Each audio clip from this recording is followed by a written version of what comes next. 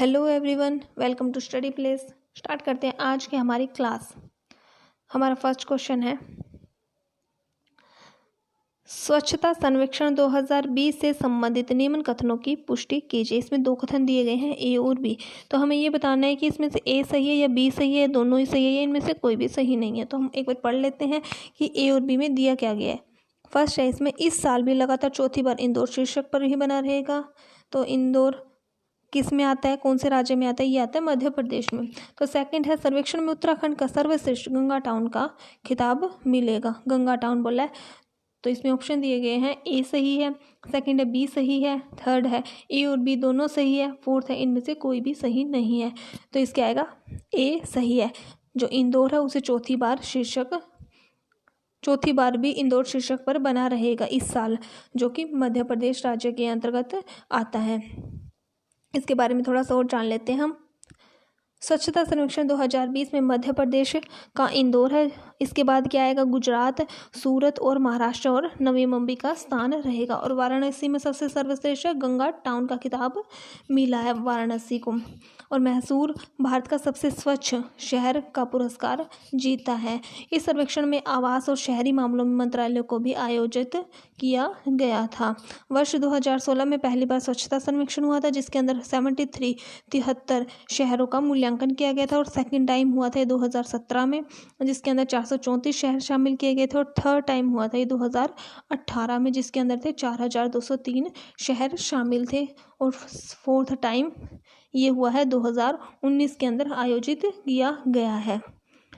तो आपको उम्मीद है समझ में आ गया होगा। नेक्स्ट क्वेश्चन है हमारा, अमेरिका की मेजबानी में दुनिया का सबसे बड़ा युद्धाभ्यास 17 अगस्त को शुरू हुआ, उसका क्या नाम था? तो हमें नाम बताना, उसका क्या नाम था। तो उसका नाम था rim of the Pacific. Fourth is right answer. ये क्या था? अमेरिका की मेजबानी दुनिया का सबसे बड़ा युद्ध अभ्यास था। इसके बारे में थोड़ा सा और पढ़ लेते हैं। चीन से तनाव के बीच में अमेरिका ने हवाई द्वीप समूह में नौसैनिक अभियान शुरू किया था। इसमें 17 से 31 तक चलने वाले युद्धाभ्यास में 10 देश और 20 महाविनाशक युद्धपोत और सबमरीन ने हिस्सा लिया था। आपने सबमरीन देखी होगी, ये बोट की तरह होती है, जो पानी में चलते हैं, जहाज होते हैं, वो ऊपर से बंद होती है, उसे सबमरीन बोलते हैं। वो उसके अंदर पार्टिसिपेट की गई थी।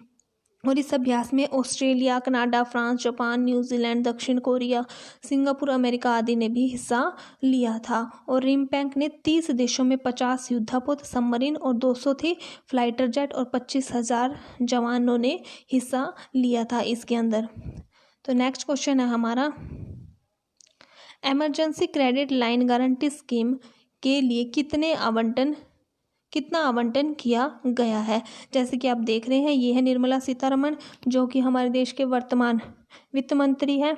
तो ये पूछा गया है, emergency credit line guarantee scheme कितने रुपए का इसके अंदर आवंटन किया गया था? रेट पूछे इसके अंदर। तो हमारे ऑप्शन है, फर्स्ट है 1 लाख करोड़ रुपए का, सेकंड है 3 लाख करोड़ रुपए का, फोर्थ है 5 लाख करोड़ रुपए, फोर्थ है 2 लाख करोड़ रुपए। तो इसका राइट आंसर है सेकंड, 3 लाख करोड़ रुपए का emergency credit line guarantee scheme का आवंटन यानी कि अलॉट किया गया है। ये देखिए, आप 3 लाख रुपए देख सकते हैं यहाँ पर भी। हम इसके बारे में थोड़ा सा और जान लेते हैं। सरकार ने 20 लाख करोड़ रुपए के आर्थिक प्रोत्साहन पैकेज का एक भाग के रूप में इमरजेंसी क्रेडिट लाइन गारंटी योजना शुरू की है, जिसे यह योजना कब की थी? 31 अक्टूबर तक 5 महीने में 3 लाख करोड़ रुपए का अलॉट किया गया था। और सार्वजनिक तथा जो निजी क्षेत्र है, प्राइवेट और जो पब्लिक क्षेत्र है, एरियाज हैं, उनमें बैंकों को 18 अगस्त और 2020 तक 1.5 लाख करोड़ रुपए से अधिक ऋण की मंजूरी दी है। और 1 लाख करोड़ रुपए से अधिक ऋण पहले से ही वितरित किया जा चुका है। यानी कि बोला गया है 2020 तक 1.5 लाख करोड़ रुपए का लोन देने की मंजूरी दी गई है। कब तक दी जाएगी? 18 अगस्त से, या चाहे तो वो प्राइवेट सेक्टर हो या फिर पब्लिक सेक्टर हो। और अब तक उन्होंने दे दिया 1 लाख करोड़ रुपए का ऑलरेडी जो लोन है वितरित कर दिया गया है। और 1.5 लाख करोड़ रुपए का और प्लान बनाया गया है। तो नेक्स्ट क्वेश्चन है हमारा, भारतीय रेलवे के किस क्षेत्र ने रोल ऑन रोल ऑफ सेवा का ट्रायल रन किया है? तो ये किया है दक्षिणी रेलवे ने। किसने किया? ये दक्षिणी रेलवे ने किया है। भारतीय रेलवे क्षेत्र में रोल ऑन और रोल ऑफ का सर्विस है, उसका ट्रायल स्टार्ट किया है। जैसे कि आप देख रहे हैं यहाँ पर आंसर में दक्षिणी रेलवे है। इसके बारे में थोड़ा सा और जान लेते हैं। जो भारतीय रेलवे की जानकारी मिली है उसके अकॉर्डिंग केरल और कोझिकोड के अंदर जो सब्जी होते हैं, नारियल होते हैं, रबड़ होते हैं या ट्रक या गुजरात तथा महाराष्ट्र में ले जाए जाते हैं। और वापसी पर जब उन्हें रिटर्न करते हैं तो उन्हें कपड़ा या प्लास्टिक के अंदर ले जाया जा सकता है। ठीक है, आपको उम्मीद है समझ में आ रहा होगा। आप हमारे चैनल को सब्सक्राइब करना ना भूलें और अपने फ्रेंड्स के साथ शेयर जरूर करें। तो नेक्स्ट क्वेश्चन है हमारा, भारतीय स्टेट बैंक के अर्थशास्त्रियों ने चालू वित्त वर्ष में देश की जीडीपी यानी कि जीडीपी होता है ग्रोस डोमेस्टिक प्रोडक्ट में कितने प्रतिशत की गिरावट की आकांक्षा जताई है? जो भारतीय स्टेट बैंक है एसबीआई, जैसे कि आप देख रहे हैं SBI state bank of India जिसे बोलते हैं, तो उसे जो करंट ईयर 2020 चल रहा है इकोनॉमिक्स ने कितनी जीडीपी यानी कि जो ग्रोस डोमेस्टिक प्रोडक्ट है उसमें कितने परसेंट की गिरावट कमी की आकांक्षा बताई है? तो हमारे ऑप्शन है फर्स्ट है 16.0%, सेकंड है 17.0%, थर्ड है 16.5% और फोर्थ है 16.7%। तो इसका राइट आंसर रहेगा 16.5% की जीडीपी है उसमें गिरावट होने की आकांक्षा जताई है। किसने जताई है? ये आरबीआई ने। तो इसके बारे में थोड़ा और जान लेते हैं। मई में ये रिपोर्ट आई थी कि सीबीआई की जो चालू वर्ष है 2020 उसमें पहली तिमाही में जीडीपी 20% से अधिक गिरावट होने की आकांक्षा जताई है, यानी कि 20 से ज़्यादा हो सकती है। मिनिमम 20 तो है ही, मैक्सिमम कितना भी हो सकता है। जो इकोनॉमिकर है उन्होंने 17 अगस्त को अपनी रिपोर्ट जारी कर दी थी और परिणाम बताते हुए कंपनियों ने जो कल आए है वो 25% से अधिक गिरावट आई है। और ये अनुमान लगाया कि कोविड-19 जो जैसे कि आप देख ही रहे हैं कोविड-19 चल रहा है उसके कारण जीडीपी में टोटल नुकसान होगा 16.8% का होगा। और वर्तमान में एसबीआई के चेयरमैन है रजनीश कुमार और इसका मुख्यालय है मुंबई में और इसकी शाखाएं हैं 14। तो नेक्स्ट क्वेश्चन है हमारा आज का, कोरोना महामारी के विनाशकारी प्रभाव के बावजूद बांग्लादेश की जीडीपी में वित्तीय वर्ष 2019-20 यानी कि जुलाई से जून में कितनी बढ़ोतरी हुई है? यहाँ पर किसकी पूछी है? बांग्लादेश की पूछी गई है जीडीपी कोरोना महामारी के अंदर। तो हमारे ऑप्शन है फर्स्ट है 1.24%, सेकेंड है 2.24%, थर्ड है 3.24%, फोर्थ है 5.24%। तो इसका राइट आंसर रहेगा 5.24%। जीडीपी जो है बांग्लादेश की जो कि जून और जुलाई में बढ़ोतरी हुई है 5.24। तो याद रखिएगा कितनी हुई है 5.24, जैसे कि आप यहाँ पर देख सकते हैं आंसर में भी यही है। तो इसके बारे में थोड़ा सा जान लेते हैं। बांग्लादेश की जो वित्तीय वर्ष यानी कि जो फाइनेंशियल ईयर है वो जून से जुलाई होता है बांग्लादेश का फाइनेंशियल ईयर। और जीडीपी इस बेहतरीन बढ़त को देखते हुए दुनिया भर में अर्थशास्त्रियों का अनुमान लगाया कि बांग्लादेश की जो इकोनॉमी है वहाँ के इलाके के बाकी देशों के मुकाबले जल्दी पटरी पर लौटेगी। यानी कि ये माना गया है कि वहाँ की जो इकोनॉमी है जीडीपी है वो सबसे पहले अच्छी हो जाएगी अन्य देशों के मुकाबले। कोविड संकट के दौरान जुलाई में बांग्लादेश के निर्यात 0.6% बढ़कर 3.91 अरब डॉलर हो गया, यानी कि कितना इंक्रीज एकदम से उछाल आ गया कोविड-19 के अंतर्गत भी। और ये माना गया कि जो बांग्लादेश है उसके सबसे पहले जीडीपी में सुधार आएगा, उसकी इकोनॉमी पहले अच्छी होगी। तो नेक्स्ट क्वेश्चन है हमारा, श्रम मंत्रालय के किस संगठन के लिए एक नया लोगो लॉन्च किया है? जो श्रम मंत्रालय उसने कौन से ऑर्गेनाइजेशन के लिए एक नया लोगो लॉन्च किया है? तो हमारे ऑप्शन फर्स्ट है श्रमिक शिक्षा बोर्ड, सेकंड है मुख्य श्रम आयुक्त, थर्ड है श्रम ब्यूरो, फोर्थ है रोजगार एवं प्रशिक्षण महानिर्देशालय।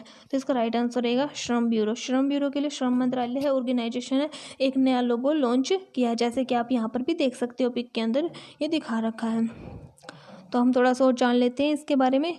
जो केंद्रीय श्रम और रोजगार मंत्री जो संतोष कुमार गंगवार है जो वर्तमान के अंदर हमारे, उन्होंने श्रम ब्यूरो का नया लोगो लॉन्च किया है। उनके तहत जो सर्वोच्च राष्ट्रीय स्तर का संगठन है उन्हें सांख्यिकी और अनुसंधान प्रशिक्षण में शामिल किया जाएगा। यानी कि जो स्टैटिक है उसमें जो इनोवेशन करते हैं, जो वर्कर्स को ट्रेनिंग दी जाती है, जो भी काम किए जाते हैं, रिसर्च वगैरह की जाती है, उसके अंदर उन्हें भी शामिल किया जाएगा। श्रम और रोजगार राज्य मंत्री संतोष कुमार गंगवार ने श्रम ब्यूरो में आधिकारिक लोगों को अनावरण किया है और उन्होंने नया लोगो सांख्यिकीय प्रकृति और सटीकता, वैधता और विश्वसनीयता के 3 लक्ष्यों को प्रतिपादित करता है। तो नेक्स्ट क्वेश्चन है हमारा आज का, CMI की रिपोर्ट के अनुसार जुलाई महीने में कितने लोग सैलरी पाने वाले की नौकरी चली गई है। तो ये पूछा गया जुलाई के महीने में कितने लोगों की, जो वर्कर है, जो काम करते हैं, उनकी सैलरी, जो उनकी नौकरी चली गई है। तो हमारे ऑप्शन है, फर्स्ट है 10 लाख, सेकंड है 20 लाख, थर्ड है 50 लाख और फोर्थ है 70 लाख। तो इसका राइट आंसर रहेगा 50 लाख। 50 लाख जो लोग हैं जो सैलरी पाते हैं, मंथली अपनी सैलरी जो इनकम अर्न करते हैं जुलाई के महीने में, उनका रोजगार चला गया है, ये माना गया है। तो इसके बारे में हम फैक्ट जान लेते हैं। यहाँ एक फॉर्मल सेक्टर की बात हो रही है जिसके अंदर जुलाई के महीने में 50 लाख लोग हैं बेरोजगार हो गए, अनएम्प्लॉयमेंट हो गए, उनको एम्प्लॉयमेंट चला गया। इनकी जो रिपोर्ट आई है अप्रैल से जुलाई के महीने में 1 करोड़ 89 लाख यानी कि 1 करोड़ 89 लाख लोगों को सैलरी पाने की नौकरी चली गई है। इन लोगों को काम चला गया है। सैलरी क्लास लोगों को नौकरी एक बार तो जाने के बाद दोबारा मिलना बहुत ही मुश्किल हो जाता है। जैसे कि आप जानते हैं छोटे छोटे जो वर्कर होते हैं, जो बिल्कुल ही छोटे स्तर पे होते हैं, मिड लेवल पे होते हैं, उनको दोबारा नौकरी पाना मुश्किल होता है क्योंकि वो कुछ ही टाइम के लिए कभी कहीं पर लग जाते हैं तो कहीं जहाँ पर उन्हें एम्प्लॉयमेंट मिलता है वो वहीं पर लग जाते हैं।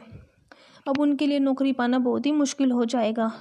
तो नेक्स्ट है, इसमें वर्ल्ड बैंक ने आग्रह किया है, जो वर्ल्ड बैंक है पूरे इंडिया, पूरे देश का, विश्व का, उसने ये आग्रह किया कि भारत में बढ़ते कोरोना के मामले और कमज़ोर पड़ी अर्थव्यवस्था की वजह से बावजूद वित्तीय साल में भारतीय अर्थव्यवस्था से पहले के अनुमानित 3.2% ज़्यादा सिकुड़ेगी, यानी कि और ज़्यादा डाउन चली जाएगी। किसके कारण? जो कोरोना काल है उसके कारण हमारी जो इकोनॉमी है बिल्कुल ही डाउन चली जाएगी, 3.2% तक डाउन चली जाएगी। तो आज का हमारा लास्ट क्वेश्चन है और मोस्ट इम्पोर्टेंट क्वेश्चन है, निम्न में से कौन सी सबसे तेज चार्ज होने वाली विद्युत वाहन है। तो ये पूछा गया ऐसा कौन सा वाहन, कौन सा व्हीकल है जो इलेक्ट्रिसिटी में सबसे तेज चार्ज होगा। तो हमारे ऑप्शन इसके अंदर फर्स्ट है विद्युत, सेकंड है लेवा, थर्ड है लूसिड एयर सैंडोन, फोर्थ है टेस्ला। तो right is fourth Tesla. Tesla जो है सबसे ज़्यादा जल्दी चार्ज होने वाला एक विद्युत उपकरण है। इनके बारे में थोड़ा सा जान लेते हैं। सबसे तेज चार्ज होने वाला एक विद्युत वाहन का आवरण किया गया है। इसके अंदर विद्युत वाहन में 20 मिनट के चार्ज में 500 किलोमीटर दूर की यात्रा पूरी कर सकते हैं। देखिए यहाँ पर क्या बोला गया, अगर हम इसको 20 मिनट चार्ज करेंगे तो 500 किलोमीटर दूर तक हम इस वाहन को चला सकते हैं। इसकी ड्राइविंग रेंज जो है वो लगभग 830 किलोमीटर है। तो याद रखेंगे इसकी ड्राइविंग रेंज कितनी है, 830, और 20 मिनट चार्ज करने पर ये 500 किलोमीटर तक की यात्रा कर सकती है। तो आज की हमारी क्लास यहीं तक है। उम्मीद है आपको हमारी क्लास पसंद आ रही होगी। तो क्लास को लाइक ज़रूर करें और अपने फ्रेंड्स के साथ शेयर ज़रूर करें। Thank you.